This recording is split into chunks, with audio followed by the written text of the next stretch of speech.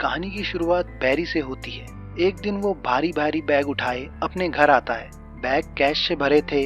घर में जगह नहीं थी। जहाँ उसने जमीन खोदी वहाँ पुराने नोट निकल रहे थे। आंखों के सामने पैसे का पहाड़ देख बैरी घबरा गया। उसने सोचा कि इन्हें वो घोड़ों के अस्तबल में छिपा देगा। जब उसने तबेले का दरवाजा खोला तो नोट ऊपर से बरस पड़े। पूरा तबेला नोटों से भर गया। पहले कभी उसके पास इतनी दौलत नहीं थी। कुछ साल पहले तक वह सामान्य एयरलाइन का पायलट था। उसकी प्रेमिका लूसी खूबसूरत और खुशमिजाज थी।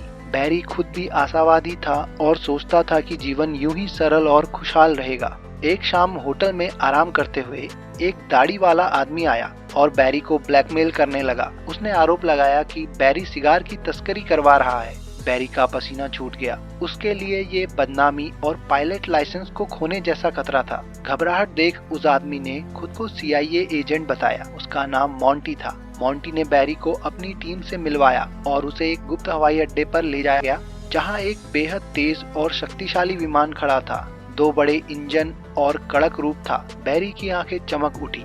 मोंटी ने बताया कि बैरी को इस विमान से सेंट्रल अमेरिका के दुश्मन इलाकों के ऊपर से गोपनीय तरीके से उड़ान भरनी होगी। विमान जमीन के पास उड़कर खुफिया तस्वीरें लेगा। यह मिशन पूरी तरह गोपनीय था। किसी को कुछ भी बताना मना था। बैरी को अब किसी भी बात की परवाह नहीं रही। उसे जहाज उड़ाने का जुनून था। उसने एयरलाइन वाली नौकरी छोड़ने का बहाना बनाकर लूसी को बताया कि उसे दूसरी कंपनी में बेहतर काम मिला है। उसने मिशन के बारे में बताया नहीं। लूसी को ये समझ नहीं आया कि एक कैप्टन अपनी सुरक्षित नौकरी छोड़कर अज्ञात काम क्यों करेगा। उसी रात बैरी कॉकपिट छोड़कर चले गया और मोंटी के साथ काम शुरू कर दिया। बैरी अब मोंटी का आदमी बन गया। वो खतरनाक इलाकों में घुसकर विमान उड़ाता और खुफिया तस्वीरें ले आता। हर बार मिशन जोखिम भरा होता, पर बैरी को इसमें नया सुकून मिल गया। मोंटी तस्वीरें सीनियर्स को दिखाता और सब तारीफें करते। बैरी ने लूसी को कुछ नहीं कहा। वे शादी कर लेते हैं। एक बेटी भी हो जाती है, पर आय पर्याप्त नहीं थी। बैरी ने मोंटी से पैसे बढ़ाने की गुहार लगाई, पर मोंटी ने कुछ खास नहीं किया। बाद में मोंटी ने बैरी को पनामा में एक नया काम दिया। बैरी ने वो काम आराम से पूरा किया। 1980 की शुरुआत में कोलंबिया में ईंधन भरवाते हुए उसे कुछ हथियारबंद गुंडों ने पकड़ लिया। वे उसे जबरदस्ती गाड़ी में बैठाकर अपने ठिकाने पे ले गए। वहाँ का नेता पाब्लो एस्कोबार था। पाब्लो बैरी की असली पहचान और उसकी खुफिया उड़ानों के बारे में जानता था। बैरी ने समझाया कि वो सिर्फ एक सामान्य कंपनी के लिए प्लेन उड़ाता है, CIA के लिए नहीं। पाब्लो सच्चाई जानता था। वो हंसा और बोला कि वह उसे चोट नहीं पहुंचाएगा, बस उसे थोड़ी सी स्मगलिंग करनी होगी। हर सफल डिलीवरी पर पाब्लो ने उसे पैसे का लालच दिया। शुरुआत में बैरी को यह सुनकर खुशी हुई, क्योंकि तस्वीरों की तुलना में ये पैसे ज्यादा थे। पर जैसे ही उसने सिस्टम देखा, उसे समझ आ गया कि रनवे बहुत छोटा है और पहले कई पायलट टेक ऑफ में मारे जा चुके थे। बैरी ने सुझाव दिया, रनवे लंबा करो। पाब्लो ने कहा कि पैसे नहीं है और अगर काम करना है तो बिना दखल देकर करना होगा। बैरी की ईगो पर चोट लगी। उसने ठान लिया कि वो उसी रनवे से उड़कर दिखाएगा। उसने कहा कि वो डिलीवरी अपनी तरीके से करेगा और एक खुले मैदान का नाम दिया, जहां वो विमान बहुत नीचे ले जाकर सामान गिरा देगा। पाब्लो मंजूर हुआ। सामान लोड हुआ और जब उड़ान की तैयारी पूरी हुई तो बैरी ने देखा कि पाब्लो का एक आदमी पायलट सीट पर बैठा है। बैरी ने कहा कि विमान पहले ही भारी है और ज्यादा भार नहीं उठा सकता। उड़ान के दौरान विमान एक बार नीचे आया, पर बैरी ने संभालते हुए फिर से ऊपर उठाया और पेड़ों के बीच से निकालते हुए आगे बढ़ा। USA के एयर स्पेस में पहुंचते ही मिलिट्री के रेडार ने विमान को पकड़ लिया, पर बैरी को पता नहीं लगा। वो तय किए गए स्थान की तरफ बढ़ा, ऑटो पायलट दबाया, हैच खोला और सामान गिरा दिया। डिलीवरी पूरी हुई। कोलंबिया लौटकर बैरी का पाब्लो और उसके साथियों ने भव्य स्वागत किया और उसे पैसों से भरा बैग दिया। उसी दौरान फौज ने पाब्लो के बंगले को घेर लिया। पाब्लो ने कहा कि बैरी अंदर ही रहो और वो बाहर हालात संभालने गया। गोलीबारी तेज हो गई।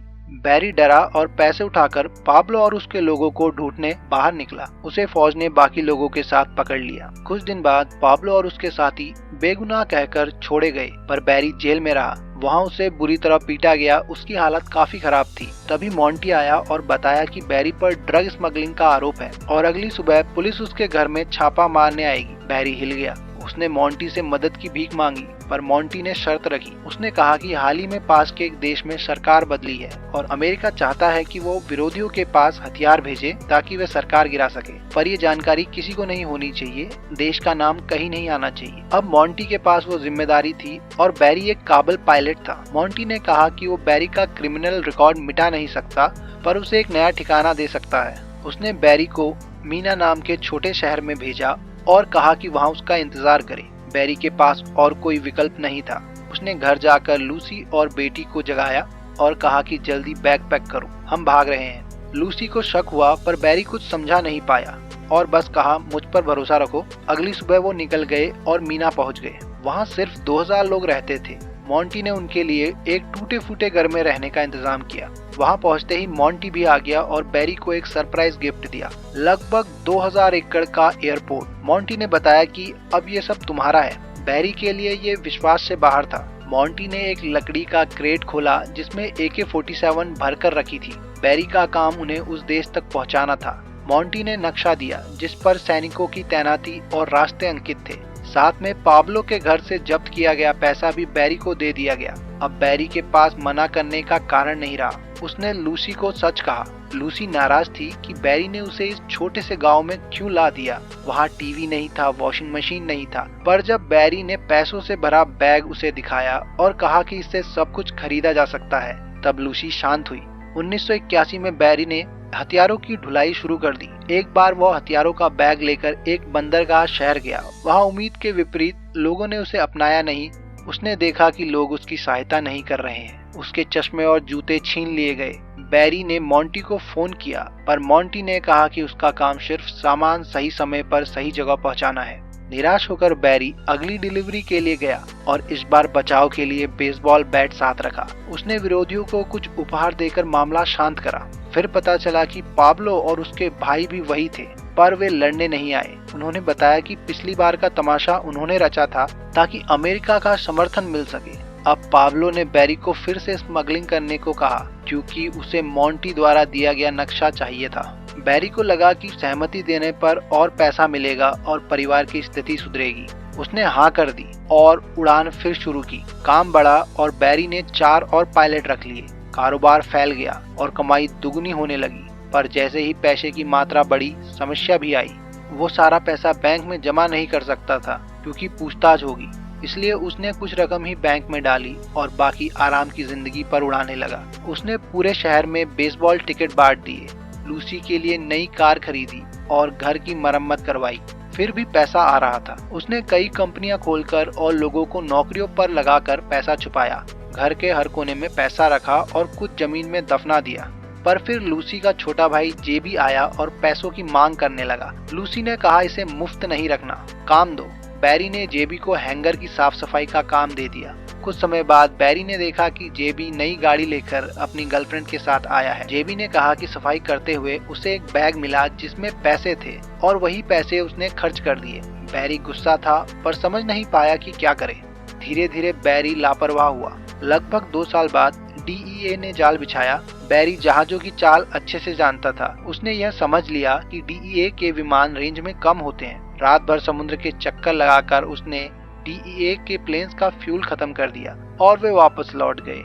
पर अब सिर्फ DEA ही नहीं, FBI भी उसे टारगेट करने लगा। मीना में FBI के एजेंट आए और देखकर हैरान रह गए कि बैंक खड़े हैं और महंगी गाड़ियां सड़कों पर नजर आ रही हैं। वे समझ नहीं पा रहे थे कि इन लोगों के पास इतना पैसा कैसे आया। एक नए मिशन के दौरान बॉर्डर पेट्रोल ने भी सतर्कता बढ़ा दी।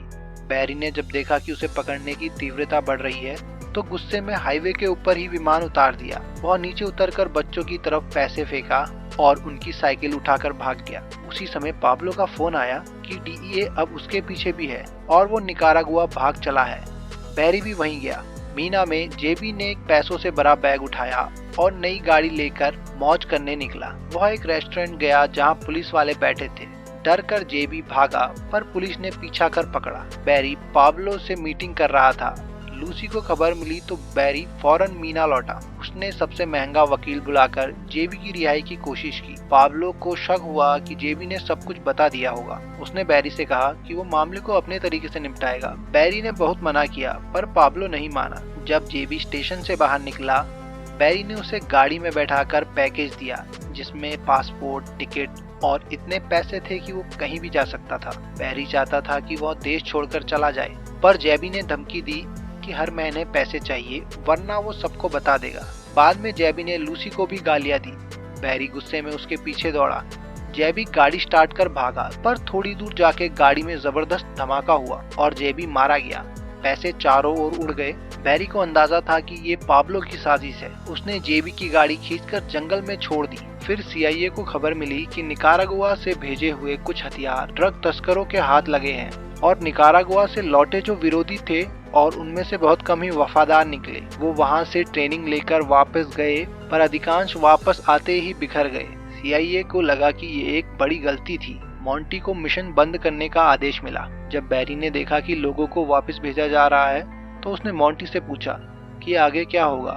मॉन्टी ने कहा कि मेरे अगले इशारे का इंतजार करो। बैरी समझ गया कि अब उसकी जरूरत खत्म हो चुकी है। अगले ही दिन मॉन्टी ने अपने दफ्तर में कहा कि बैरी से जुड़ी हर फाइल जला दो। बैरी ने अपनी टीम को भागने की तैयारी करने को कहा, पर इससे पहले ही डीआईए, एटीएएफ, एफबीआई और पुलिस ने उसे घेर लिया। बैरी को गिरफ्तार कर अदालत में पेश किया गया ताकि उसे कठोर सजा दिलवाई जा सके। गिरफ्तारी के दौरान बैरी ने रिश्वत की पेशकश की, करोड़ों की बात, पर तभी उसके वकील को एक कॉल आया। स्थिति बदल गई। प्रोसिक्यूटर बाहर आया और आदेश दिया कि बैरी की हथकड़ियां खोल दो। उसे रिहा कर दिया गया। उस वक्त कुछ सूटधारी लोग उसे लेकर गए। बैरी को लगा वे मॉन्टी के आदमी हैं, पर गाड़ी उसे सीधा एयरपोर्ट ले गई और वहां से व्हाइट हाउस तक पहुंचा दिया गया। वहां सीआईए के डायरेक्टर और आर्मी जनरल ने बताया कि बैरी को एक आखिरी बार पाब्लो के तस्करी के ठिकानों पर जाना होगा ताकि पाब्लो और उसके साथियों के चेहरे और गतिविधियां रिकॉर्ड की जा सके। बैरी ने यह काम स्वीकार कर लिया, पर वह घबराया हुआ था क्योंकि पाब्लो को शक हुआ तो उसकी जान भी जा सकती थी। उसने परिवार से अलविदा कहा और अपने असिस्टेंट के साथ निकल पड़ा। तूफानी मौसम पार करके वे निकारागुआ पहुंचे। प्लेन का दरवाजा खुला तो फौजी बंदूक लिए तैनात देखे। बैरी घबरा गया और समझाने लगा कि वो तोहफे लेकर आया है। पाब्लो आया और पहले आदेश दिया कि उसे मार दो, फिर जोर से हंसा और अपने लोगों को वापस हटने को कहा। पाब्लो के डराने का ये खेल था। बैरी ने हथियार सौंप दिए और उसी बीच उसके साथी ने छिपे कैमरे से सब कुछ रिकॉर्ड कर लिया। पाब्लो और सहयोगियों के चेहरे अब सबूत बन चुके थे। सीआईए डायरेक्टर ने जश्न मनाया। बैरी ने अपना खतरनाक मिशन सफलतापूर्वक पूरा कर दिया था, पर सरकार ने वादा तोड़ दिया। उसने टीवी पर बैरी की तस्वीरें दिखा दी। पाब्लो ने यह देखा और समझ गया कि बैरी ने उसे धोखा दिया है। उसने बदला लेने के लिए कुछ गुंडे भेजे। तब अमेरिकी सरकार ने भी नीति बदल दी और बैरी पर स्मगलिंग के आरोप लगाए। एफबीआई ने उसकी सारी संपत्ति जब्त कर ली। जब्त होने से ठीक पहले बैरी ने लूसी को सारी ज्वेलरी पहना दी और बच्चों के साथ वहां से भागने को कहा। लूसी दुख में थी, पर समझ गई कि अब कोई चारा नहीं। अगली सुबह एफबीआई ने घर की तलाशी ली और बैरी का सब कुछ जब्त कर लिया। धीरे धीरे मामला शांत पड़ गया और कोर्ट ने उसकी सजा घटा दी, पर पाब्लो के लोग उसे छोड़ने वाले नहीं थे। बैरी जगह बदलते रहा, होटल कमरे में छिपता रहा, वह सालों डर के साए में रहा और फिर एक रात जब वो अपनी कार में बैठा था, पाब्लो के भेजे एक शूटर ने उसके ऊपर गोली चला दी और वो वहीं ढेर हो गया। ये कहानी यही समाप्त होती है। अब आप बताइए, क्या बैरी के साथ जो हुआ वो सही था या गलत?